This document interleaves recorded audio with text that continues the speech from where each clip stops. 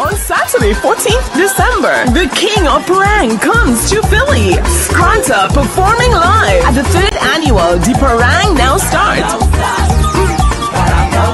All roads lead to the Victorian Banquet Hall, 4809 Germantown Avenue, Philadelphia, PA 19144. The 3rd annual The Parang Now Starts. For your early bird tickets at $35. Visit islandvibe.net for more info. Scan the barcode on the flyer or email islandvibe@gmail.com. Yes, this is Scranta, and I'll be in Philadelphia on the 14th of December. Scranta performing live at the 3rd annual The Parang Now Starts. DJ entertainment by Black Widow Sounds, Vibes HD, and DJ Kirsch. Island Vibe 3rd annual The Parang Now Starts.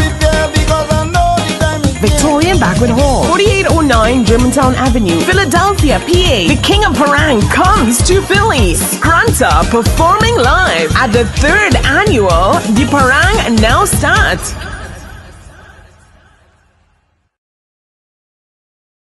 Get ready for the ultimate celebration of beauty, culture, and empowerment. The stage is set and the spotlight is on Miss Caribbean US 2024. Witness dazzling performances, stunning gowns, and fierce competitions as the most captivating Caribbean women take center stage to vying for the crown. Miss Caribbean US 2024. I'm a savage.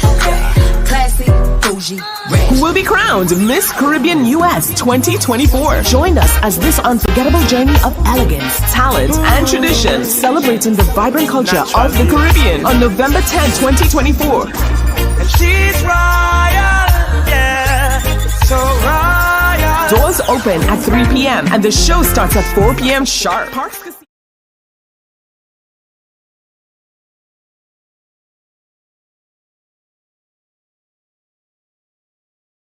I'm your host from the Island Vibe Studio, Storm Wilson. I'm on with Miss Kebe and Pastor Daniel. How are you guys doing this week? Doing really, really great. It's Monday after all, and it's been a good weekend. Not too cold, nice weather. But happy to meet you, and good evening, our audience. It's a pleasure meeting you again tonight, wherever you are. Having encountering us tonight, whether you are in your living room or in your kitchen trying to have your dinner, or maybe you are in your room relaxing, or maybe sitting down on your dining table, on your couch, wherever you find us. We welcome you and we say thank you for sticking with us tonight. And we can assure you, you won't regret the moment with us tonight. So thank you. And I will turn to Ms. Kebe for introduction. Again, my name is Mr. Daniel H. Lende, Rising Up for Change, Executive Director. Nice meeting you all here. Good evening, everyone. My name is Kebe. Welcome back. If you're just joining us for the first time, we'll say you are welcome.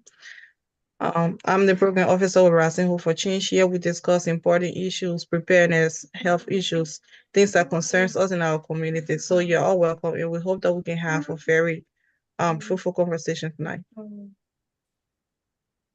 Thank you.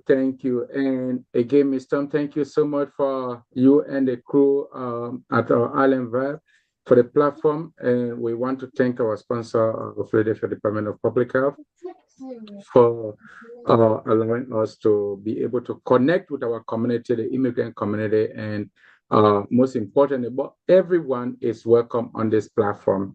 And so tonight we want to talk about something that is really worth talking for us, especially within the immigrant community, which is how can we prepare for natural disaster?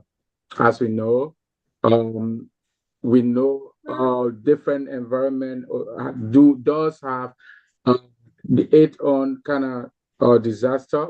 Here in America, we do have some specific natural disaster that do occur that man has no control over. And we want to talk about that tonight, preparing for natural disaster. And basically, we'll be looking into the types of natural disaster that we need to be aware. If you just probably coming into America, you need to be aware of those. And especially, if you live in the Philadelphia area, you should be aware of those. And so Part of what we do here at Rising Up for Change is to be able to educate our community, to be able to take necessary steps in preparing to avert or to avoid, becoming a victim of some of those health issues. But that's why we bring the community health talk right to your doorstep, in your living room. This conversation will bring it right even in your car or even in your office, wherever you are seeing us now. I mean, we bring the conversation to where you right there. So, ladies, welcome again. You want to kind of let's do a quick intro to talk about, when we talk about preparing for natural disaster, what comes to our mind about it?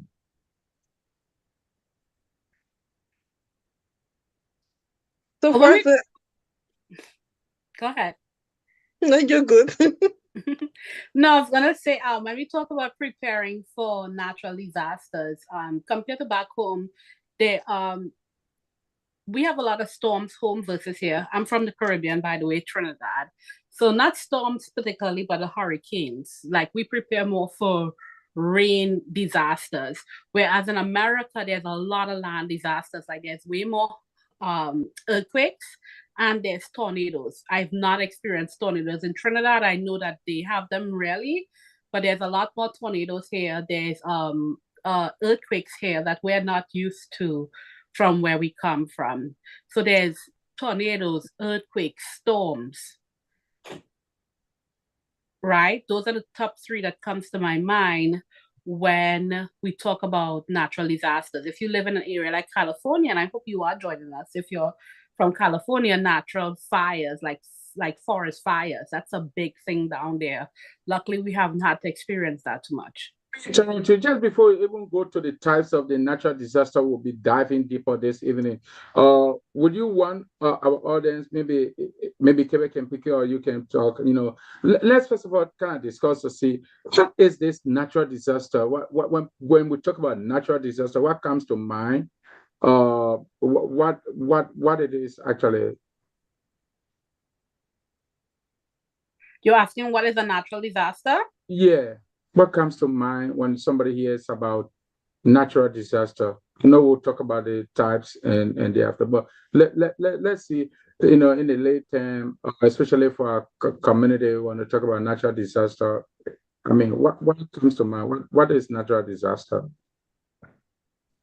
Well, that could be defined as scales of different events that are caused by nature. Because we say natural events, so they are definitely caused by nature. They are not something that are kind of influenced by individuals. But these events are harmful and dangerous to people. They can cause loss of lives and property.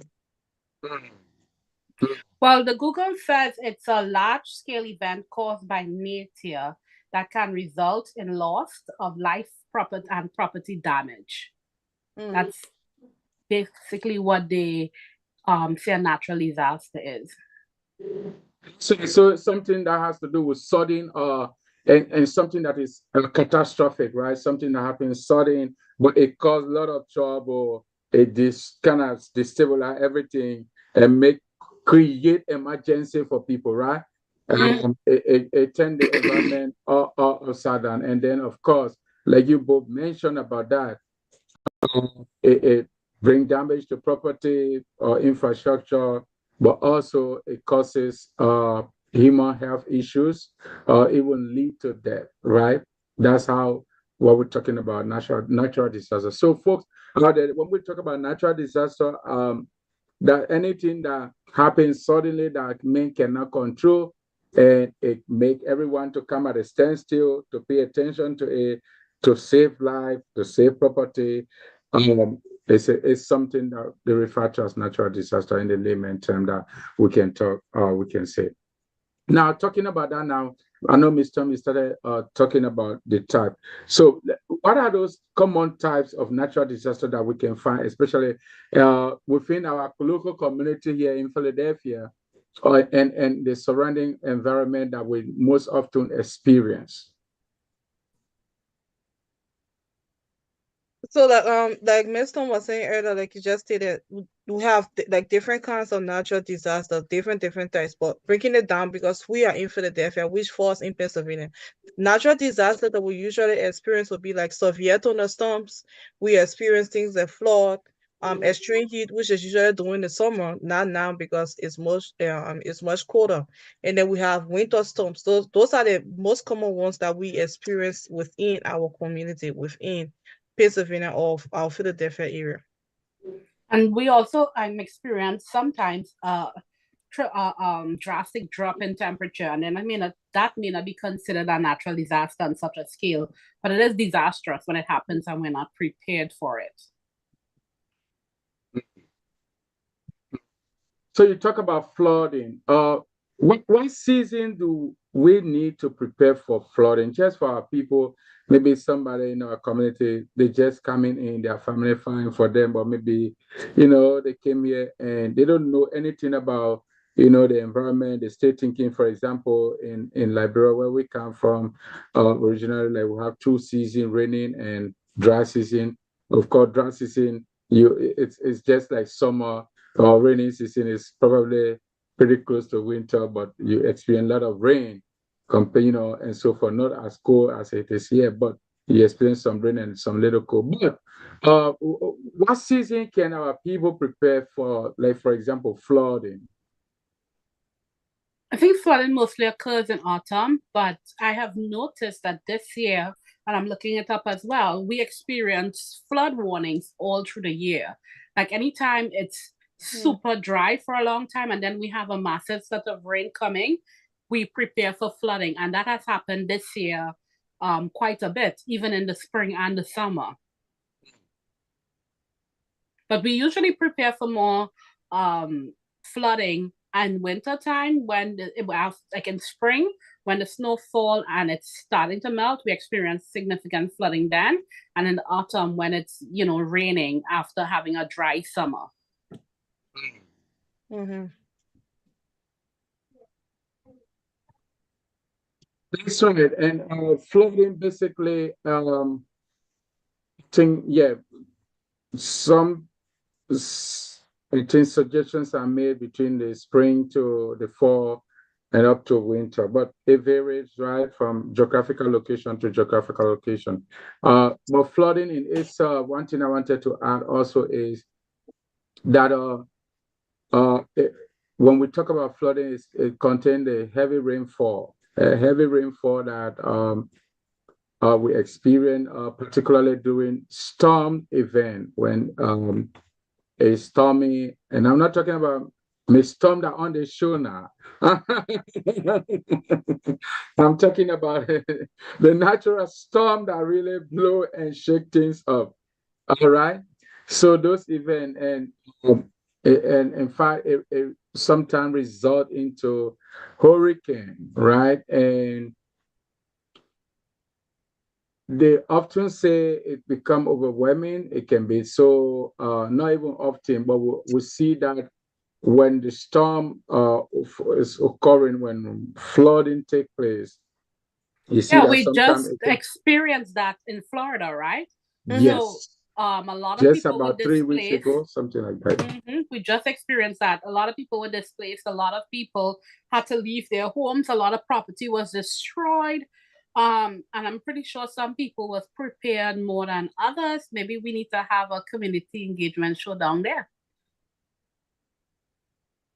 Think so too. Yeah. So that maybe we could, but I think so too. We need to become international. Yeah. So flooding, they had a lot of flooding occurred. So they had 2 natural disasters in one, basically. They had the storm, and right after the storm, because of the storm, they had this extreme flooding. That's right. That's right. And some of the characteristics we think about flooding is the heavy rainfall, right? And it also boils down to when it snows heavily, snow melts, they pull it as well. but also storm surges from hurricane, right? Mm-hmm. But in Philadelphia, particularly, it is classed as a place, as a zone where that is vulnerable, in terms of flooding, particularly due to the aging of the drainages around some of the homes. I They've been believe. built way 1900, Mm-hmm. right? And so the drainage is blocked. And I think even in central Philadelphia, sometimes you see that at some point you see some streets are blocked, right, because of flooding or so. Um, and was it last year or so, like the bridge to go central Philadelphia, it was kind of blocked because of it. So we see the impact that it made. So Philadelphia is kind of vulnerable when it has to do with flooding because the way the city itself is structured or built.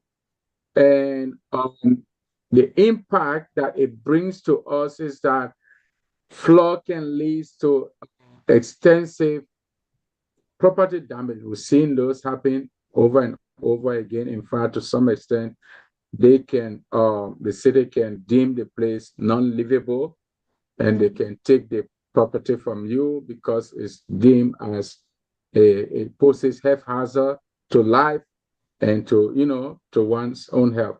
So as a result, government would seize, they would take charge of that, and whatever they need to settle the person, they do.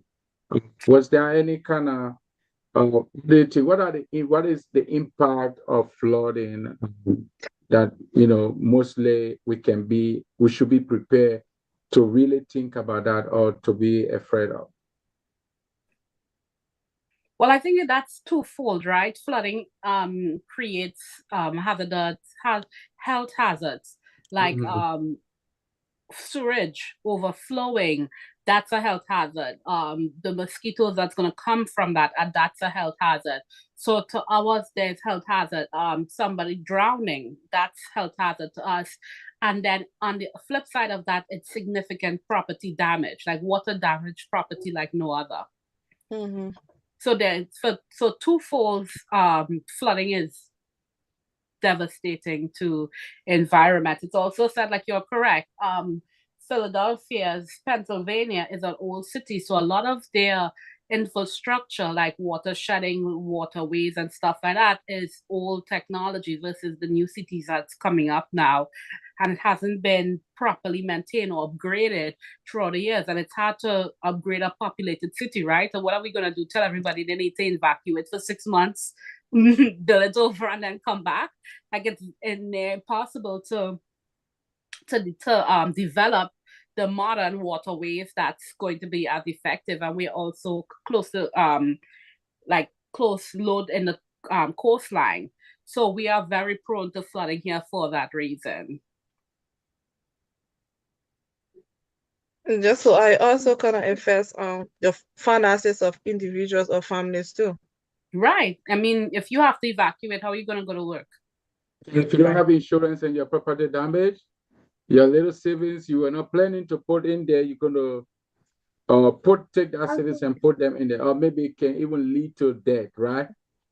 Excessive indebtedness, right? Mm-hmm. Because you need to make sure you put yourself so that will bring us to even something later during the show that we need to talk about. Do you have what sort of insurance do you have, or even your property, is it insured? Even, and most importantly, people that own the houses by themselves, let's say they pay off the property. Sometimes they don't care now to say whether they need to put insurance. They will say waste of time. But do you own insurance policy on this? So these are all health hazards you need to be prepared about so that you can mitigate the risks or danger. But does flooding also disrupt transportation? Does it affect our movement? Definitely does. Yeah.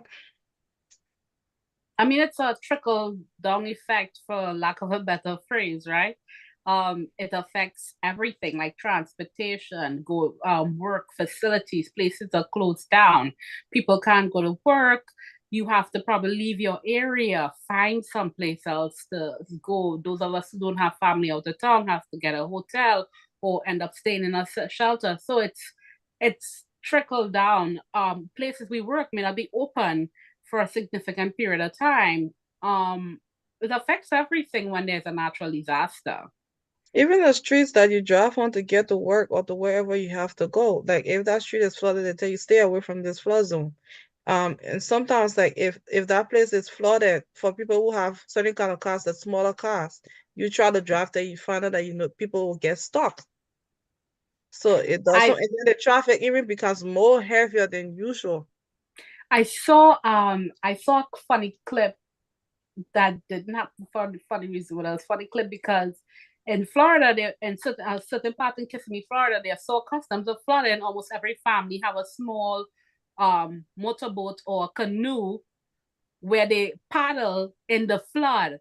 And I saw everybody driving past where there would normally be cars. It was just pure boats driving past, and this lady was looking outside of her house. I thought that was so funny because now she's living on a river, right? Yeah. Like Mhm. where 2 weeks ago they were driving cars, now she's living on a river. And it was so funny to see that clip. And people are so prepared for flooding down there because it happens so often. I think Philadelphia doesn't experience flooding on that level, so we're not that prepared for it. So when it does hit us, it's going to hit hard because when you're not prepared for something, it happens. Mhm. It affects you Mhm. worse than if you were prepared for it. True.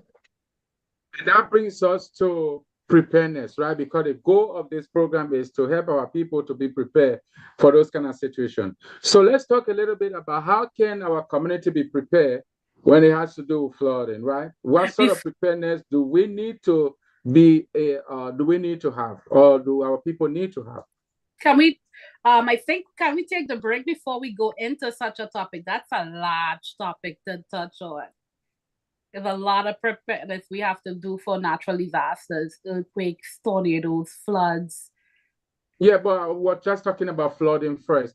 Then when we reach to the other one, we will talk about its preparedness. So if we could summarize that, and then that would take us to the break. So I don't know if you wouldn't mind talking about briefly on that. What sort of So preparedness we need to prepare for flooding, you know, and get our audience to have that in mind, to say, you know what, I need to plan for this. I need to prepare for this in the event flooding occur. This is what I need to do, and so forth.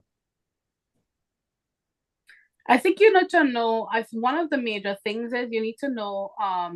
You need to have a kit for emergencies. Period. Like it doesn't matter the type of emergency. Something you could go to quickly and move. Like we said last week, have your medication in that bag. Have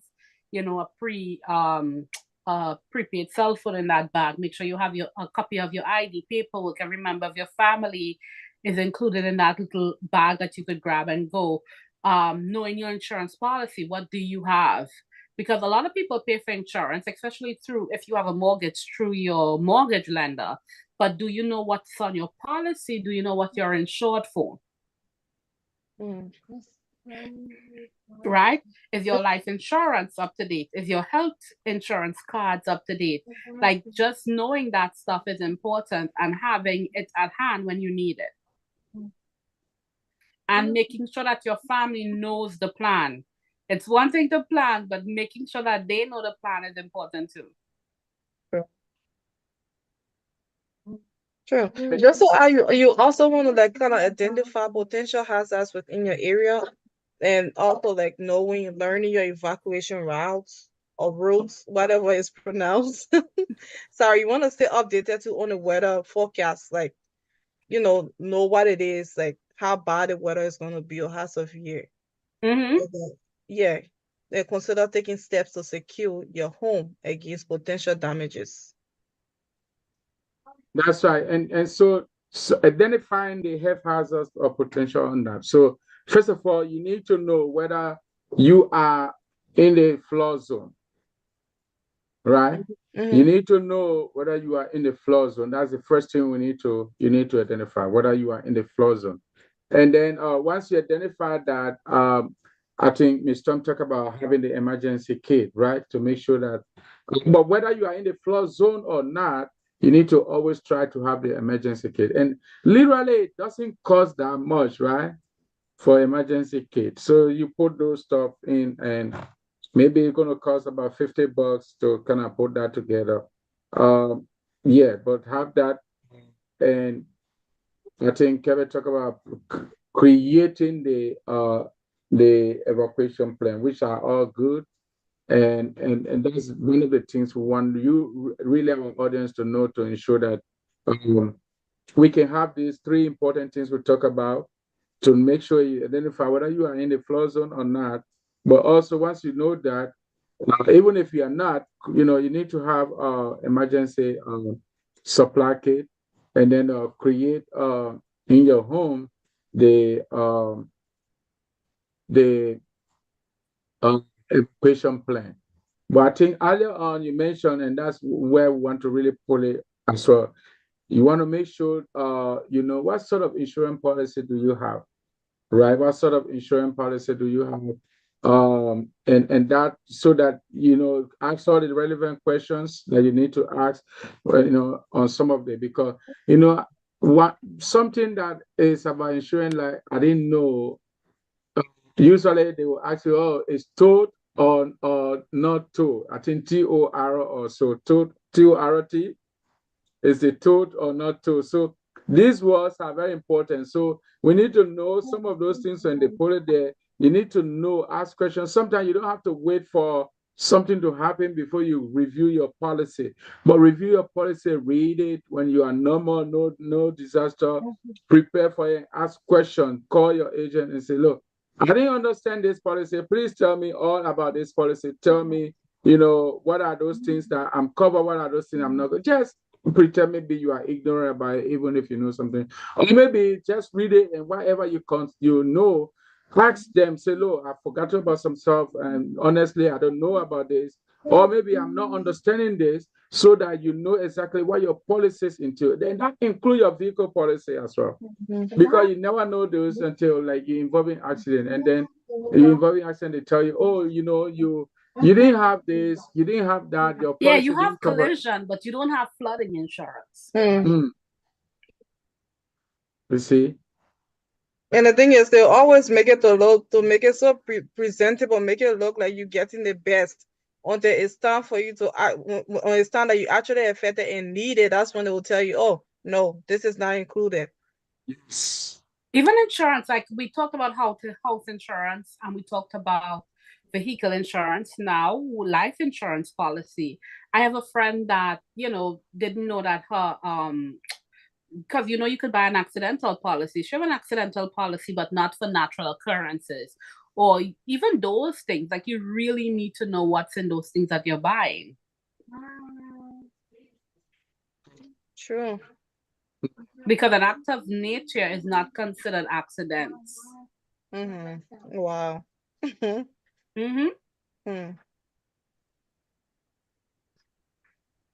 Thank you for joining us, and wherever you are, we are having a community health conversation here, right here on Island Vybe radio station, and talking about issues that affect our community, but also making sure that you are well prepared, so that you are not caught up by surprise on those things. So we welcome you and thank you for being there with us.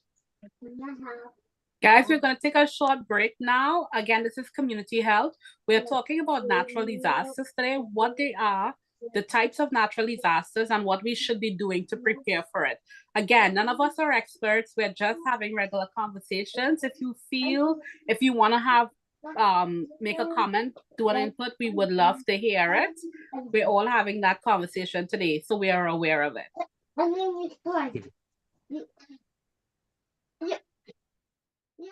Get ready for the ultimate celebration of beauty, culture, and empowerment. The stage is set and the spotlight is on Miss Caribbean US 2024. Witness dazzling performances, stunning gowns, and fierce competitions as the most captivating Caribbean women take center stage to vying for the crown. Miss Caribbean US 2024. I'm a savage, classy, who will be crowned Miss Caribbean US 2024. Join us as this unforgettable journey of elegance, talent, and tradition, celebrating the vibrant culture of the Caribbean on November 10, 2024. And she's royal, yeah, so royal. Doors open at 3 p.m. and the show starts at 4 p.m. sharp. Parks Casino Racing, 2999 Street Road, Ben Salem, PA 19020. Don't miss out. Get your tickets now and be a part of the excitement on November 10th, 2024. They not like us. They not like us. Miss Caribbean US 2024, where beauty meets purpose and heritage shines bright. Grab your tickets at www.misscaribbean.org. See you there. On Saturday, 14th December, the King of Parang comes to Philly. Scranta performing live at the 3rd annual The Parang Now Start.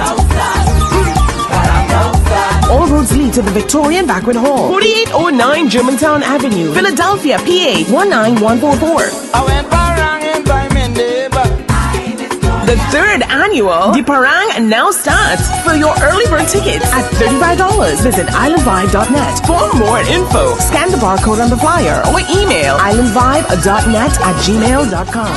Yes, this is Scranta, and I'll be in Philadelphia on the 14th of December. Scranta performing live at the 3rd annual The Parang Now Starts. DJ entertainment by Black Widow Sounds, Vibes HD, and DJ Kirsch. Island Vibe 3rd annual The Parang Now Start. Victorian Banquet Hall, 4809 Germantown Avenue, Philadelphia, PA. The King of Parang comes to Philly. Scranta performing live at the 3rd annual The Parang Now Start.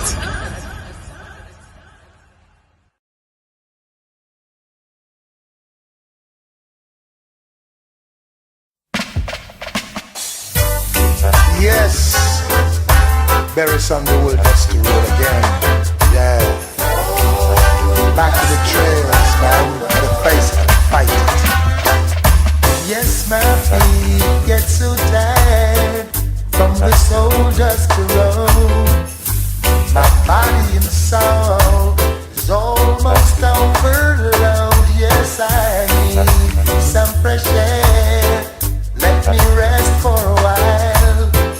Take the road off my feet before I do another mile. Counting days, the sun come burn me, and then the rain come drench me. Just to get to what I want, and all I want is a chance to live a simple life, and each day with a smile. Boy, like to get away from the slow dusty road. John. Welcome back again. Thank you. Nice again joining us after a short break. I hope you enjoyed our music while we were on break, refreshing your mind, not to just keep you with comment, but at least to refresh your mind where it is.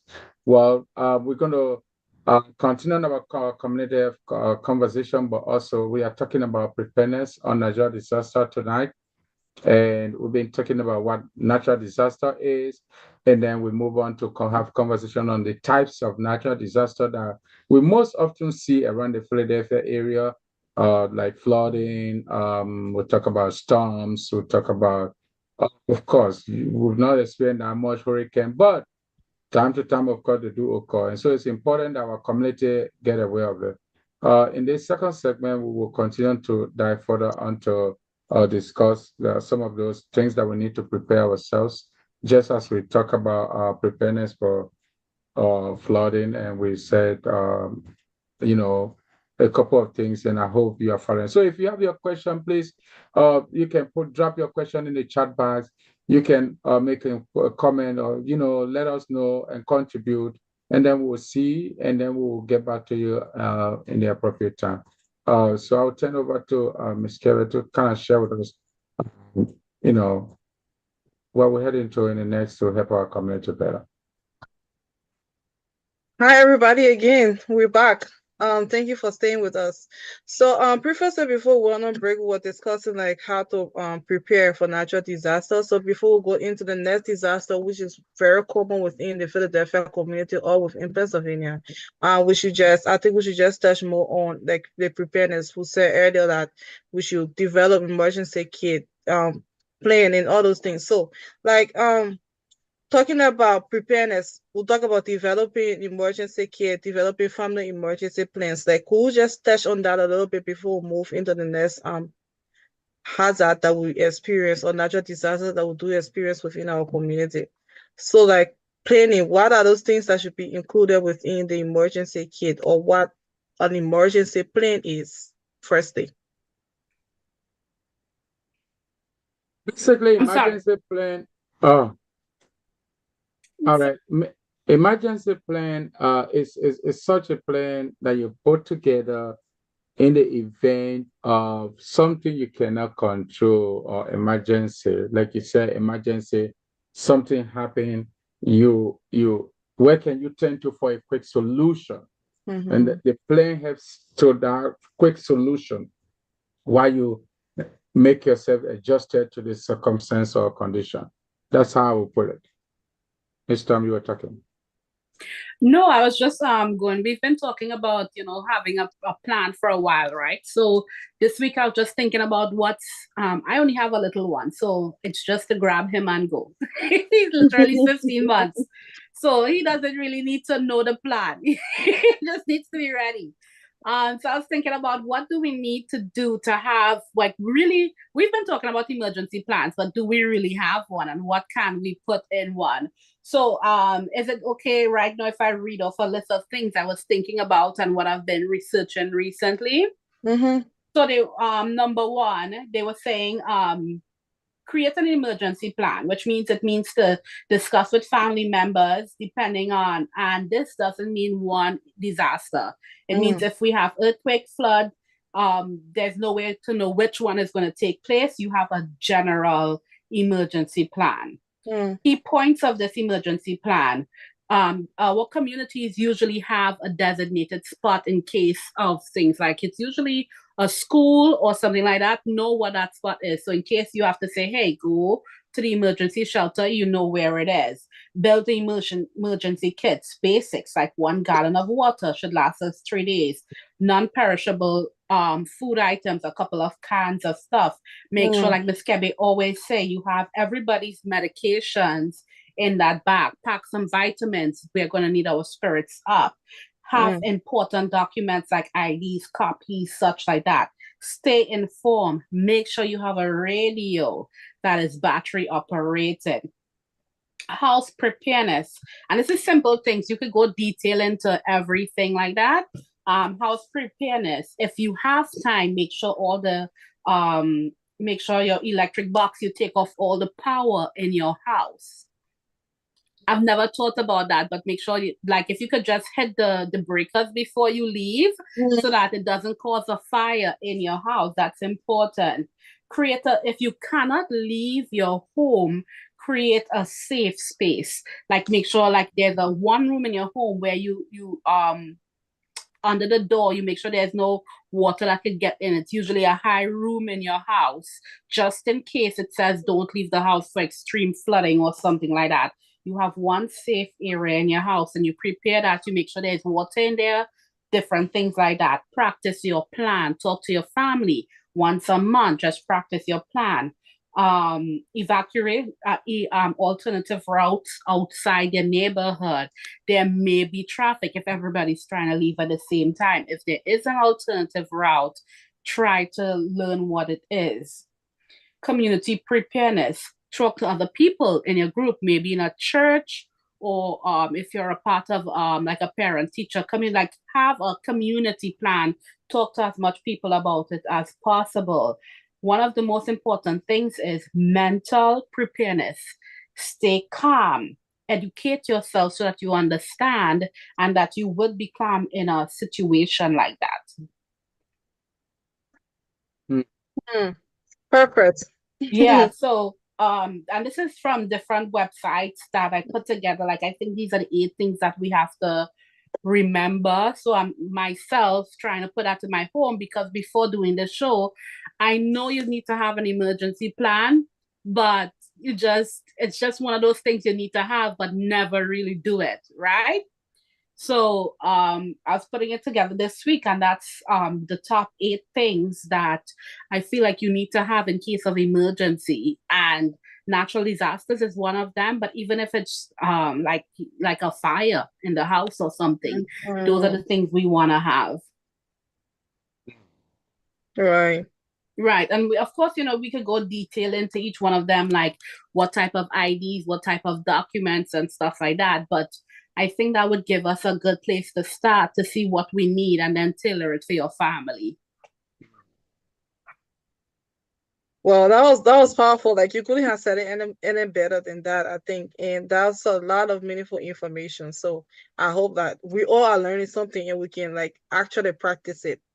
Yeah, I'm gonna see if we could put this. I know that we could leave comments on the show. I think I'm gonna go in and try to get Ian to put it on the in the comment section once the show is over, so that any and everybody can read it.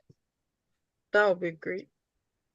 Guys, if there's anything that I didn't mention just now, because again, this is just my personal research, leave a comment in the chat. Maybe we forgot something, or I can add something into what I think is what we need to get to create an emergency plan. Yeah, that's right. Leave a comment so that you can be part of. That's one way you can contribute to this show, creating the emergency plan as we been talking about it. Yeah. Yeah, it's called community engagement. We want you to engage with us. Exactly. We appreciate that. Let's have a conversation here. I know you guys are listening because we see the numbers. We want you guys to engage. I don't know if there's an option that people can like dial in to give their input. Well, we'll have to get that. Like if somebody could dial in and talk. So I'm gonna just call no names, but we'll call him Mr. Engineer. Food for thought, Mr. Engineer. So getting back to preparedness, I know Ms. Kebe was talking about like what can we do and how to create an emergency kit. Maybe we'll have a full show on just an emergency kit. Yes. Part of that, I know you mentioned all of those, so I wanted to add, as part of what you can include in your emergency plan or kit, particularly emergency kit, will be water. Don't forget about that, right? They said you should have 3 days worth of water for your family, because you never know. Because if all the pipes are I was going to use the word invaded, but that's not the right word. You know what I mean? Like if the water is contaminated, you don't want to be drinking that water. You want to have water for your family. So yes, indeed, have water. And also have non-perishable food. Non-perishable food. At least 3 days, like you mentioned, the same thing. At least have non-perishable food. In addition to that, also have flashlights. Don't forget about that, right? In the event that current go, yeah, what would you have to, kind of in the meantime, get you to do what you need to do. So have flashlights, and also get extra batteries. Don't forget about that. Get extra batteries. And we are fortunate to be living in a time where there's wind-up flashlights, there's movement flashlights. So get something in your kit. And first aid kit, right? That's another thing that you don't want to play with. First aid kit is about $19 to $25 or $30, something like that. Yeah, but these are things that you need in your home or even wherever you are. So it's important. I think don't forget to even have whistle, right? To blow the whistle. When you get stuck, let's say you get stuck, and we're laughing, but it's very important, right? It is. Yes. Let's say the house fell on you nowhere, and people are searching, get your whistle somewhere around you, right? You can blow, and then somebody will know that human being is living in here. Okay. Mm-hmm. Yeah. Yeah. I think another thing that we can talk about would be I think dust masks to help filter some, just in case, you're in the place where the place is contaminated and all of that. Yeah, indeed. And plastic sheeting, right? And dust tape, to be able to, when you're having sheltering in place, Yeah, and if it's the winter, they sell those little emergency blankets. It's really thin. It's silver to keep you warm. They sell those little thin silver blankets. You just buy one. I think it's like $8 for one or something. something like that. So I think, like Pastor said, it's probably going to cost us $50, depending on what you want to put in your kit. But Correct. you Correct. don't need it until you need it, and when you need it, you really need it. So it's worth investing. Don't allow your dust or trash can, garbage bags to finish. Make sure you have some reserve and in your emergency kit, right?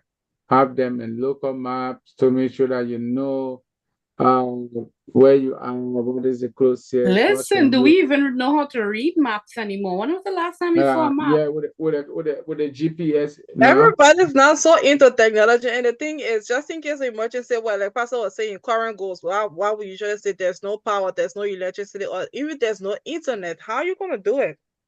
Well, as I'm saying, young families, we gotta learn how to use that piece of paper, man. Like I can't remember the last time I saw a map. It's so funny. When I first moved to New York, there were subway maps everywhere, like everywhere. Now there's none of them for the past 3 years or 5 years. Now you have to buy a New York City subway map on eBay for $20. And when I say it was free everywhere, everywhere. So that's a testament to how much we don't use them anymore. So we really need to learn how to read a map.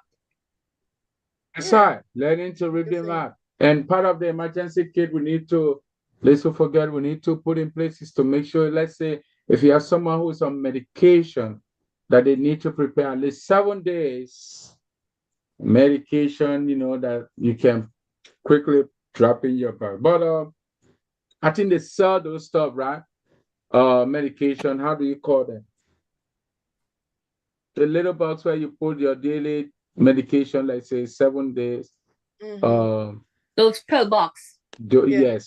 Yes. So you can get that, and that you can get that in the dollar store. It's just dollar. Dollar. Yeah, it's just dollar. And get creative. Like if you have 3 people on medication in your home, put everybody's name on their little slot. It doesn't have to be anything too complicated. I've seen emergency kits for $500. That's not what we're talking about here, folks. We're talking about putting your own thing together. What do you call them now? DIY people. DIY your own. DIY. Do it yourself. Emergency kit, and it could cost you $50. Yeah, like you don't have to go for the most expensive stuff. So with a few minutes left to the end of the show, can we because like we were saying earlier, we'll talk about other natural disasters that we experience within our area, like the Philadelphia or Pennsylvania as a whole. We did say we experience flooding, which we'll talk about earlier. We also say we have severe thunderstorms, and we do experience winter storms. Winter storm is coming, but can we at least talk about severe thunderstorms a little bit? Like hearing about thunderstorms or severe thunderstorm, what do we think about? I'll go first. I think about high winds, heavy rain,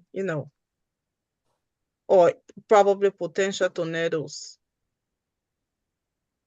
Yeah, first thing that when you talk about storm or tornadoes, first thing that we want to talk about their characteristics. What is the characteristics of the storm or tornado? We see that tornadoes come rapidly, right? rotating, blowing, and also. And the thing about storms, you could track storms, thunderstorms and rainstorms and stuff, and you could have a prediction of what area they're going to be in. Tornadoes are totally different. Like there's no rhyme or reason to them. So tornadoes are stuff that you cannot track. That scares me a little because you can't track it. You don't know where it's going to end up. You only know where it started and where it came from. So tornadoes are one of those natural disasters that's totally unpredictable. That's right. So then, like, how can we stay safe during thunderstorms or severe thunderstorms? Like, well, first to ensure that you avoid the area, right? For example, you see a tornado, you see that it comes in the column. You don't want to go around tornado to say, "Yay, something. Let me see how it looks." You don't want to try it, right? You want to completely avoid the area. You want to take shelter in place. You want to know exactly where you are. So, well, let's say it's in your area, and we did say it's unpredictable, so it just pops up just like that. That's what I'm saying. Even if it is in your area, of course, it has to be before you take the precautions. So, once you suspect it is, you want to make sure you can, as much as possible, if you need to evacuate to be in a safe place, you want to do so. You don't want to be where the place is dangerous, where life is threatened, right? Where your life is in danger. You want to make sure that you can take cover for that. Yes.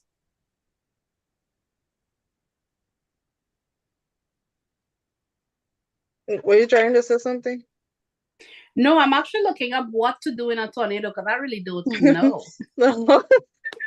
No, like I don't think that we usually kind of experience tornado here, but like the regular thunderstorms, I think where they will tell you like stay away from your windows and stay inside or stay in the building. But for those of us windows who and live in the doors. Caribbean, who live in thunderstorms all year round or rainstorms all year round, you have to tape your windows. Like you usually have to put big tape across your windows. That's way if the glass gets broken, it's taped together and there's not going to be shattered pieces everywhere. Getting ready for a thunderstorm as well. It's different because in the Caribbean, our houses are built usually around there's a vent holes for the thunderstorm to pass through. Here, there's not, right? So you have to make sure that your house is up to code. And I know it's expensive and we worry about the money. But at the same time, there's no price you could put on life, right? So having your house up to date and prep for that. In thunderstorms, we usually take off the power because if there's anything that happens in the house and a line is broken or something gets catch, electricity is not something you want to play with. So we usually take off the power during. I don't know if that's something that they recommend here, and I'm going to look that up. But yes, I was just going to talk on that because I was reading something, right? It says avoid electrical appliances, unplug devices to prevent damage from power surges. It also goes to say stay away from plumbing, avoid using sinks or bathtubs, as plumbing can conduct electricity. So, like, literally, can you imagine that? That's something that I didn't think about at all. Like, well, we have every Caribbean island experience thunderstorm at least once a year, twice a year. So we have very not versed a lot of other things, but that. So you have to if it's hitting your area, you have to turn off your current. You got to tape up your windows. Most of the houses in the Caribbean have shutters on them to protect the window, but you still tape your windows because again, you don't want glass getting everywhere. You definitely, if you hearing, okay, the storm is coming, we cook food, like a big batch of food, just in case we're out of power for a couple of days, there's food. We always prepare that way. Water is important. We have water, you have toilet paper, like we make sure, because sometimes in a thunderstorm, the power lines go down. You don't know how long you're going to be without power. Make sure you have matches, something to create fire with to cook, available. Because most of our stoves now are autopilot, right? So make sure you have a fire source. Make sure you have candles a lighting source in if you experience a thunderstorm. Right. Or flashlights. The flashlights. But flashlights are not something because they're battery operated or they're wind up. That's not something you keep on all night. So something a lantern or something like that you need to have available in your house. I haven't heard about lantern for a while. Let's just say I am very grateful we live in this age. We used to have to go and buy gasoline or pitch oil to fill lanterns to make sure we have them available. Now there's the power lanterns. It's so weird. We've come a long way. We used to use kerosene. I remember that. Like, you Oil know, lamps. the lanterns that we had that had like the bulb, the that the light shines through that glass something. When your mom or your parent tell you, hey, go wash the lantern, and you have got to be very careful because that thing was like a treasure. Extremely careful because it sucks Right. the so again we're very guys, let's talk. We don't want to go down this rabbit hole, but put something in the chat what you're grateful for that we don't have to do today that we had to do back then to prepare for these things. That was very having to wash those lamps was you didn't want that to be your chore. So Right. yeah, even stuff like that, making sure that there's an alternative, and we don't want to talk about this, but making sure you have an alternative to using a bathroom. Something as simple as that we don't think about until we really need to do that. Because during a thunderstorm or flooding, you cannot flush your toilets. Wow. Yeah, you need an alternative bathroom. Wow, nice show. Thank you. And of course, we need to prepare for all of this. And one of the things I wanted to add is, in terms of preparing for like tornadoes and so forth, is to understand the weather, right? And part of that understanding the weather means subscribing to weather alerts, right? Right. And so, like, the smartphone makes it kind of makes people lazy, but it also helps in some way. Sometimes it tells you, like, if you are driving, if you are subscribed to that, it tells you weather warning, tornado or flooding warning or alert, flooding will take place at this place at this time, or, tornado expect this. Sometimes I do get that when it's raining heavy and I'm driving, sometimes I get that on my phone and so forth because I subscribe to some of those things.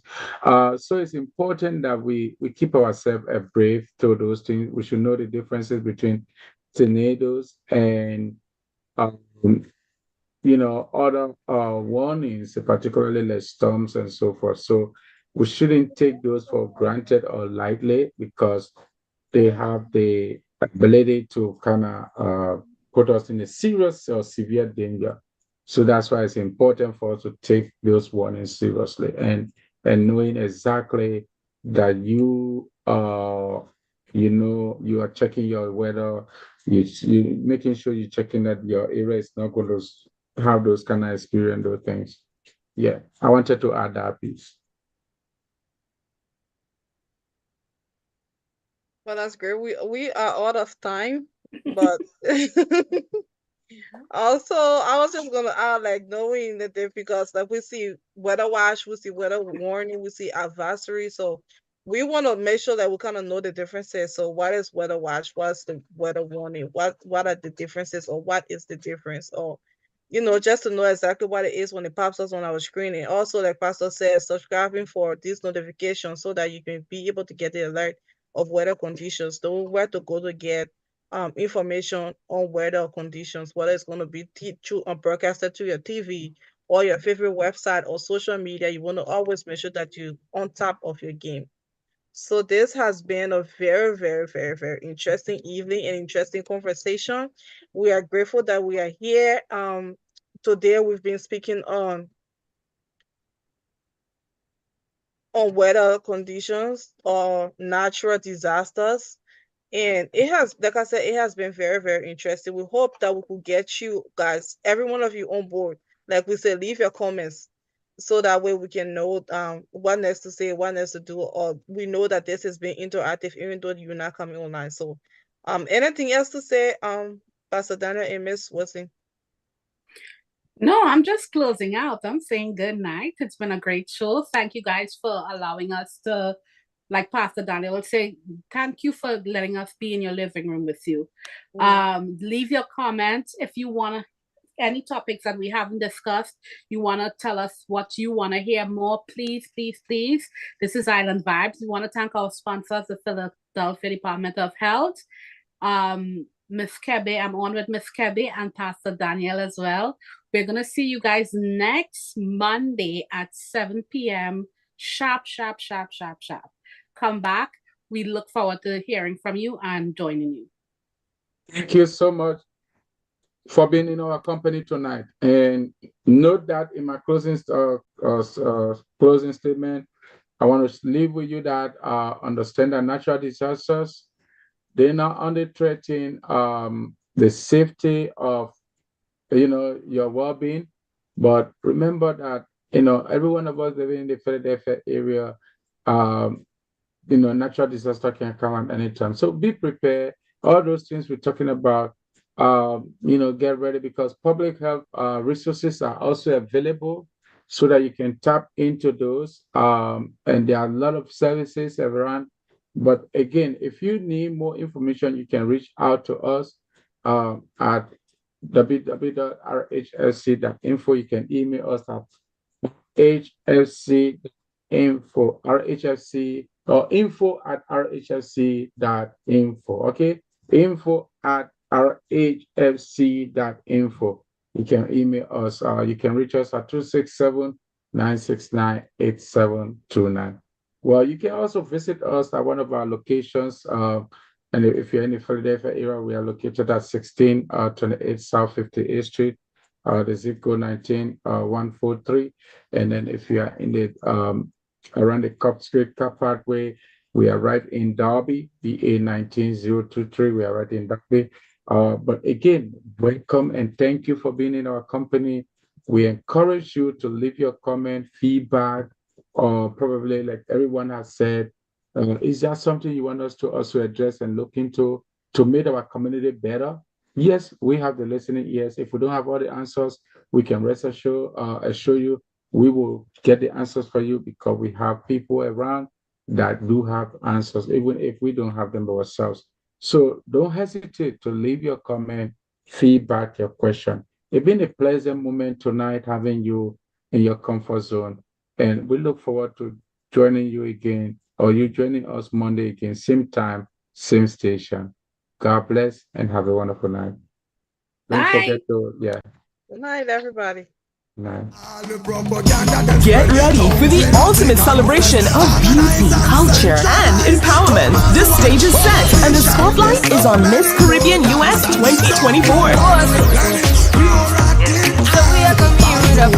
Witness dazzling performances, stunning gowns, and fierce competitions as the most captivating Caribbean women take center stage to vying for the crown. Miss Caribbean US 2024. Who will be crowned Miss Caribbean US 2024? Join us as this unforgettable journey of elegance, talent, and tradition, celebrating the vibrant culture of the Caribbean on November 10, 2024.